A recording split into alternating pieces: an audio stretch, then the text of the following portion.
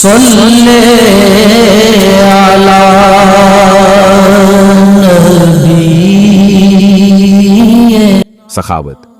ایک آدمی نے حاتم طائی سے پوچھا، اے حاتم، کیا سخاوت میں کوئی تجھ سے آگے بڑھا ہے؟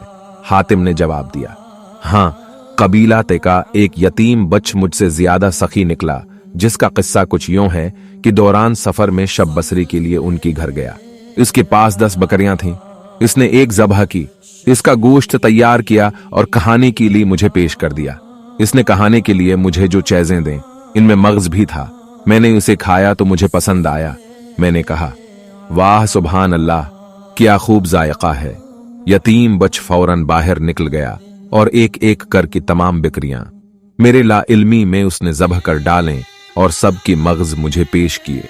جب میں کوچ کرنے لگا تو کیا دیکھا کہ گھر کی ارد گرد ہر طرف خون ہی خون بکھرا پڑا ہے۔ میں نے اس سے کہا، آپ نے تمام بکریاں کیوں ذبح کی؟ اس نے کہا، آپ کو میری کوئی چیز اچھی لگی اور میں اس پر بخل کروں، یہ عربوں کے لیے بدترین گالی ہے۔ حاتم سے پوچھا گیا، بدلی میں آپ نے اسے کیا دیا؟ انہوں نے کہا، 300 سرخ اونٹنیاں اور 500 بکریاں۔ ان سے کہا گیا، تو پھر آپ اس سے بڑی سخی ہوئے؟ حاتم نے جواب دیا، نہیں، وہ مجھ سے زیادہ سخی ہے، کیونکہ اس نے اپنا سب کچھ لٹا کر سخاوت کی، جبکہ میں نے تو اپنی بہت سے مال میں سے تھوڑا سا خرچ کر کے سخاوت کی ہے۔